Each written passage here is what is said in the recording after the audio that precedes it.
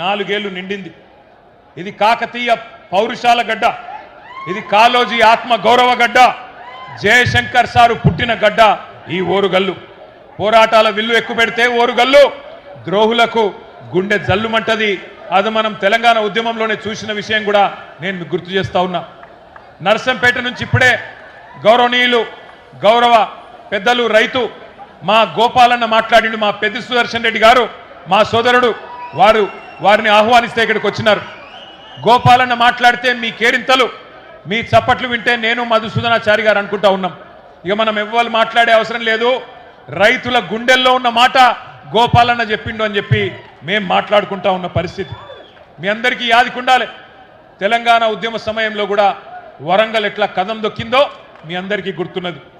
ఆ రోజుల్లో ఉద్యమ సమయంలో మా వినయ్ భాస్కర్ గారు పిలిస్తే నేను కూడా ఇదే హనుమకొండలో కాగడా పట్టుకొని మీతో పాటు కవాతు చేసిన. ఈ వరంగల్ వీధుల్లో తిరిగినాం. వరంగల్ జైల్లో ఆ ఉద్యమంలో భాగంగా ఇక్కడనే 2 రోజులు ఇక్కడే ఉన్నాం.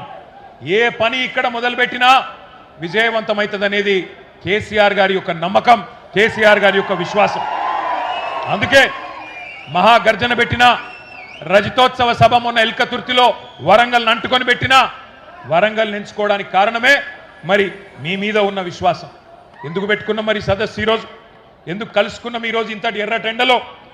కాళోజీ నారాయణరావు గారు ఒక మాట చెప్పిండు, మరిచిపోకుండా గుర్తుంచుకోవాలి, మరిచిపోకుండా గుర్తుంచుకోవాలి, కసి ఆరకుండా బుసకొట్టు చుండాలి, కాలంబు రాగానే కాటేసి తీరాలే అని కాళోజీ నారాయణరావు గారు చెప్పిన మాటతో, ఆ కాలన్న స్ఫూర్తితో రైతన్నకు జరిగిన మోసాన్ని, ద్రోహాన్ని మర్చిపోకుండా గుర్తు చేయడానికే మొత్తం రాష్ట్రంలో ఉండే ప్రతి రైతన్నకు ఈ వరంగల్ వేదికగా యాద్ చేసేందుకే ఈ సదస్సు పెట్టుకున్నాం. సరిగ్గా 4 ఏళ్ల కిందట ఇప్పుడే నేను చెప్పినట్టు ఇక్కడికి కాంగ్రెస్ పార్టీ పెద్దలు వచ్చినారు. ఇక కాంగ్రెస్ పార్టీ పెద్దలనన్నా వాళ్ళని ఏమనాలో మీరే ఆలోచన చేయండి. నన్ను అడిగితే వాళ్ళు పెద్దలు కాదు, దొంగలు. కాంగ్రెస్ పార్టీ నుంచి వచ్చిన కొంతమంది దొంగలు కొంగ జపం చేసి ఇదే వరంగల్ వేదికగా 4 ఏళ్ల కిందట మరి చాలా నక్క వినయాలు ప్రదర్శిస్తూ రైతులను మోసం చేసే మాటలు చాలా చేసినారు. రైతుల ఓట్ల కోసం గాలమేసి వల విసిరిన ఆ రోజు ఢిల్లీ నుంచి రాహుల్ గాంధీ వచ్చిండు. గల్లీలో ఉండే తొట్టి గ్యాంగ్ నెంట పెట్టుకొని వచ్చిండు. వచ్చి ఇక్కడ సభ పెట్టిండు. పెట్టి ఏమేం చెప్పిండో ఇప్పుడు నేను మీకు చూపెడతా. ఒక్క నిమిషం. రైతులను ఉద్ధరిస్తాం, ఊడబొడుస్తాం, కొండ మీద కోతిని తెచ్చి మీకు ఇస్తాం, 6 సందమామలు పెడతాం, ఏదో కేసీఆర్ చేయందేదో మేము మీకు చేసి చూపెడతాం అని 7 సూర్యులను పెడతామని పెద్ద పెద్ద డైలాగులు కొట్టి మోసం చేసి దానికి ఒక పేరు పెట్టిండ్రు, వరంగల్ రైతు డిక్లరేషన్ అని పేరు పెట్టిండ్రు. ఎట్లున్నదంటే వరంగల్ రైతు డిక్లరేషన్ సంగతి ఒక్కసారి మీకు వాళ్ళ మాటల్లోనే చూపెడతా. దయచేసి అందరూ టీవీలలో కాంగ్రెస్ వల్ల భాగవతం వరంగల్ డిక్లరేషన్ది చూడాలని చెప్పి నేను కోరుతా ఉన్నా. ఆ వీడియో ప్లే చేయండి. जैसे ही कांग्रेस पार्टी की यहां सरकार बनेगी वैसे 2 लाख रुपए का कर्जा माफ होगा और आपको सही एमएसपी मिलनी शुरू हो जाएगी। 15,000 रुपए प्रति एकड़ डायरेक्ट बेनिफिट हम किसानों को देने जा रहे हैं। यह सिर्फ एक डिक्लेरेशन नहीं है, यह किसानों के लिए कांग्रेस पार्टी की गारंटी है। यह खोखले शब्द नहीं है। पैडी को हम 2,500 रुपए में खरीदेंगे। పండించిన వరి పంటకి కనీస మద్దతు ధర అదనంగా బోనస్ ప్రకటించి 2,500 రూపాయల వరకు క్వింటల్ కి వరి ధాన్య కొనుగోలు చేస్తాం. కాంగ్రెస్ పార్టీ అధికారంలోకి వచ్చిన తక్షణమే రైతులకు ఏకకాలంలో 2 లక్షల రుణమాఫీ చేస్తాం. రెండవ డిక్లరేషన్ ఇందిరమ్మ రైతు భరోసా పథకం తెచ్చి భూమి కలిగిన రైతులకు, కౌలు రైతులకు ప్రతి ఎకరాకు ఏడాదికి 15,000 రూపాయల పెట్టుబడి సాయం అందిస్తాం. ఉపాధి హామీలో నమోదు చేసుకున్న భూమి లేని రైతు కూలీలకు ప్రతి ఏడాది 12,000 రూపాయల ఆర్థిక సహాయాన్ని అందిస్తాం.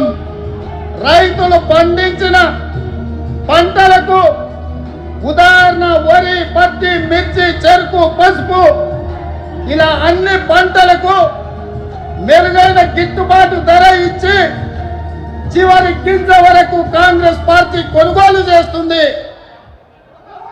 విన్నరా విన్నరా వినవడ్డదా? సరిగ్గా 4 ఏళ్ల కిందట మీరు జర లొల్లిబెడ కొడతాను తమ్ముడు, ప్లీజ్ ప్లీజ్ ప్లీజ్ ప్లీజ్ మీరు అట్లా గొడవ చేయకుండా అందరినీ డిస్టర్బ్ చేస్తారు. మీరు దయచేసి ప్లీజ్ కూర్చోండి, దయచేసి కూర్చోండి ప్లీజ్. మీరు చేయబట్టి సభ డిస్టర్బ్ అవుతుంది ప్లీజ్.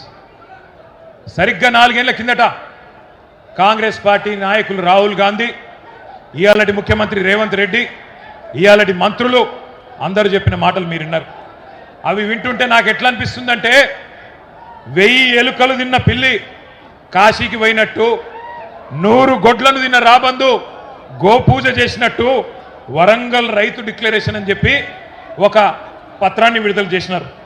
60 ఏళ్ళు రాచి రంపాన పెట్టి రైతాంగాన్ని, రైతుల రక్తం దాగిన పార్టీ కాంగ్రెస్ పార్టీ, రైతులకు కిరీటం పెడతామని చెప్పి కళ్ళబొల్లి కబుర్లు చెప్పి 34 హామీలు ఇచ్చినారు. 1 కాదు 2 కాదు, రైతు డిక్లరేషన్లో 34 హామీలు ఇచ్చినారు. డిక్లరేషన్లు పట్టుకున్నారు, గ్యారంటీ కార్డులు పట్టుకున్నారు, బాండ్ పేపర్లు రాసినారు, గడప గడపకు పోయినారు. మరి తీయటి పుల్లటి మాటలు చెప్పి ఓట్లయితే దుబ్బిండ్రు. వీళ్ళకు ప్రజలకు కూడా, మన రైతులకు కూడా వీళ్ళ జాతకాలు తెలుసు, వీళ్ళ గోత్రాలు తెలుసు, వీళ్ళ పుట్టుపూర్వోత్తరాలు అన్నీ తెలుసు తెలంగాణకు. కానీ ఎందుకో మరి నమ్మి ఎన్నికల్లో ఓటు అయితే వేసింది. మరి ఇలా ఏమైంది పరిస్థితి? 100 రోజుల్లో అన్నీ చేస్తామని చెప్పిండ్రు. బుద్ధిమంతులు అనుకొని చెప్పి మీరేమో సద్దులు కట్టిండ్రు, వాళ్ళేమో గద్దె మీద కూర్చున్నారు. 100 రోజులు పోయినాయి, ఇవాళ 900 రోజులు దగ్గరకు వచ్చింది, 2.5 ఏళ్ళు అయిపోయింది.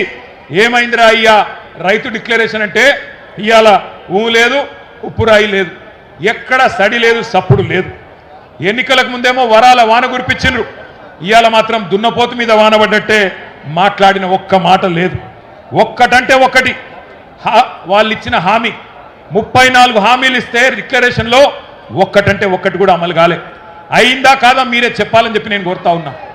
ఎకరానికి రాహుల్ గాంధీ చెప్పినట్టు ఎకరానికి 15,000 రూపాయలు వస్తున్నాయా? వస్తున్నాయా లేవా? గట్టిగా చెప్పాలి, వినబడతలేదు. రాకపోతే ఇక్కడ చైలుపాల లేవని చెప్పాలి. వస్తున్నాయా లేవా? ఎకరానికి 15,000. 2 లక్షల రుణమాఫీ జరిగిందా? రైతు కూలీలకు 12,000 వేస్తుండ్రా? అన్ని పంటలకు బోనస్ వస్తుందా? అన్ని పంటలు కొంటుండ్రా? కౌలు రైతుకు ఎకరానికి 14,000 వస్తుందా? వినబడతలేదు, సప్పుడు తగ్గింది. పంటల బీమా పథకం వచ్చిందా? అసైన్డ్ రైతులకు పట్టాలు ఇచ్చిండ్రా? 34 హామీలలో ఒక్కటన్నా అమలైందా? 4 ఏళ్ల తర్వాత రైతు బతుకు బాగుపడ్డదా చెడిపోయిందా? ఇది వాస్తవం. ఇట్లున్నది 4 ఏళ్ల తర్వాత.